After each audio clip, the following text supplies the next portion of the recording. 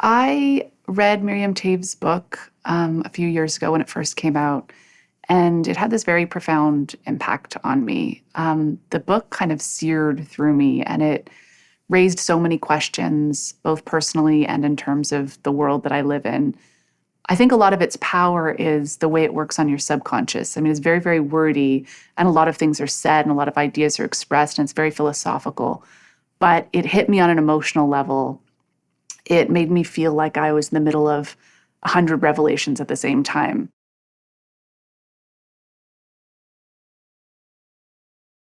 It was a joy to adapt this book. It was a huge challenge because they are speaking in a hayloft for hours and hours and hours. And I think what was really important to me was that the film have a scope, a sense of an epic, a sense of a fable, a sense of that this conversation was crucial and essential to the progress of their world, that there was nothing more important happening than this conversation amongst women about how they were going to break down the world they lived in and create a new one.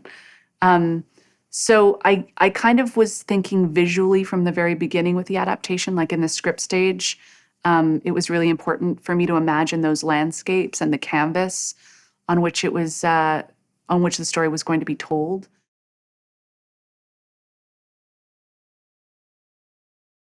It came at a time when reading something that had such hard truths in it, such difficult philosophical questions around reckoning and rage and culpability and faith and forgiveness, but left me with this kind of bewildering hope by the end of it, like this sense that it's possible to reimagine things. It's possible for us not to be locked in these like insidious gender roles. Like it's possible to talk about not just what we want to destroy and be done with, but talk about what we want to build and how we'd like to remake the world. Like let's look at what we want to see because we already kind of know what we don't want to see anymore.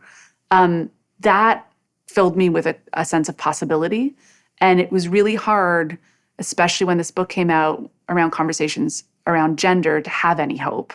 And I think it was just like so important for me to see what it could look like if a group of women who had essentially different viewpoints on many really important things could come together into a room and have a conversation that completely changed and remade their world.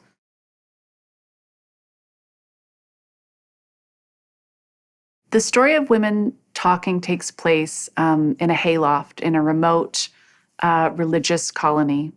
We don't say where, we don't say what religion. And a group of women gather in a hayloft to discuss what they are going to do and how they're going to respond after a series of violent attacks in their community. So it's about a group of women, many of whom disagree on very essential things, coming together to figure out whether or not they will do nothing, whether they will stay and fight, or whether they'll leave and create a new colony.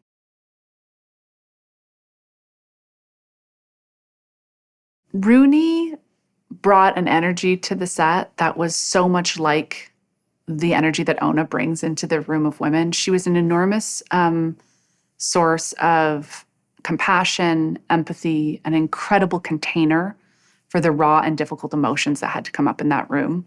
I think everybody felt supported by Rooney. I think everybody felt like Rooney was on their side.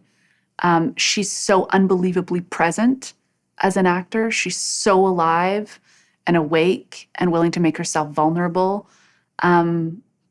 She has no ego.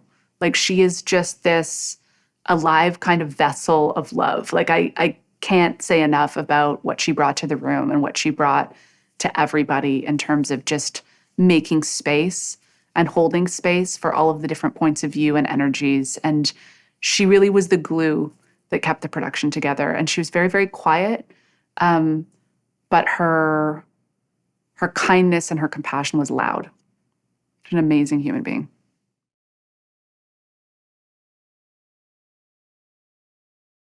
Claire is just this ball of like energy and passion and crazy commitment. She's so precise.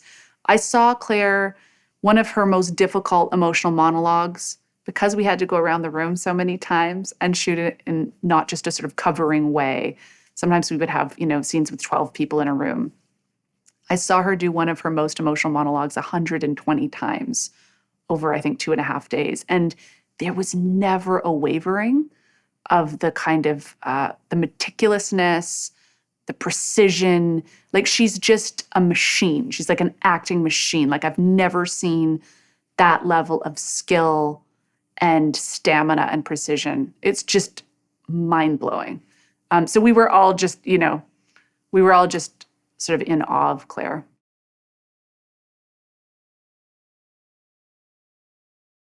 There's a certain sort of generation of actors. I'm thinking about like Marlon Brando, I'm thinking about Robert De Niro, and there are these certain like powerhouse actors where just their raw power, it just sort of owns a room. And I think the whole crew was, every time Jesse walked on set, like I remember there was this one moment where Jesse came on set. We were like doing a scene again that we, had hundreds of angles. And we finally came around to Jesse. And I saw a bunch of technical crew who actually worked outside the studio running in to go to the monitors because nobody wanted to miss a second. Like, she's just so incredibly magnetic. She gives everything she has to a role. She doesn't preserve anything for herself. So what you have is a commitment that's almost beyond anyone involved.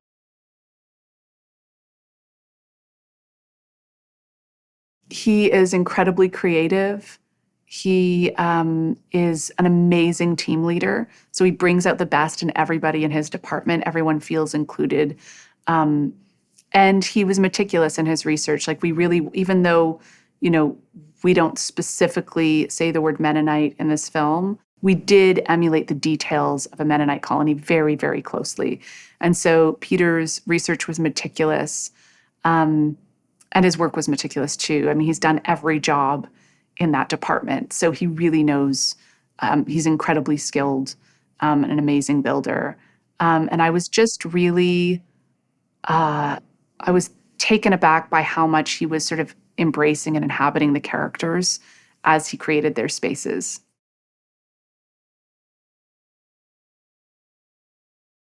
Collaborating with Luke is probably the most joyful part of the process of making a film for me. We spend months together, talking about the film, looking at images, creating images, thinking about how we can create something specific to each film. He is all in. Like, I've never known a harder worker in my life. And I've never met anyone more ambitious for what a film could and should be. Like, Luke will settle for nothing. And he'll fight for a film. He'll fight for every part of like making something work the way he feels it deserves to work.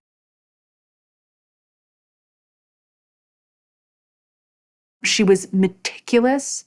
She's also a gem to work for. Like, I know cutters in this city and wardrobe assistants in the city who say categorically, this is the best boss you could ever have. That was really important to me, that we have team builders and people who cared about the people working under them.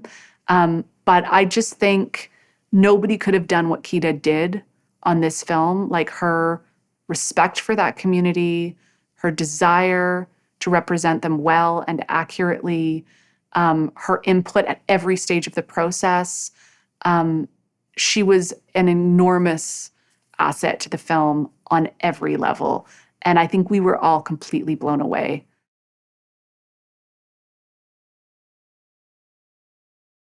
Hildur was working on another movie at the time. Hildur was unavailable. I got sent 800,000 reels of other composers. I listened to them. They were amazing. I needed Hildur. And so finally, I just said, I just need 10 minutes with Hildur, please, on a Zoom call. And I basically just begged her and said, you're the only thing I know I need to make this film. And I had a very, very strong instinct that this was the person. And she is incredibly strong, incredibly collaborative, open, warm, and she feels her way into a film and she shows you a part of your film that you didn't know existed. And because she was writing music as we were editing, it opened up worlds for us in terms of how we began seeing the film. So her music is not just a pivotal part of the end product, but was a pivotal part of the whole process of finding the film in the editing room.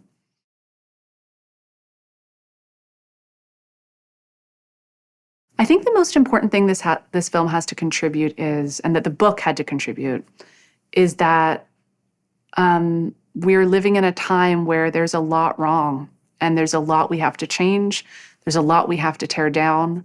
There's a lot we know isn't working. And I think the conversation that these women have in this hayloft, it addresses all of those things, addresses the harm of the power structures we live in. It addresses the harm of power imbalance and violence and hierarchical structures of power. But it also offers a window into what it looks like when people who don't agree with each other on a lot of things come together and have to imagine a different world and another way forward. And I think that that sense of possibility and hope that comes from people being able to discuss such things is an essential part of the conversation. And that's the impact that the book had on me. And it's the impact that I hope that the film has on people.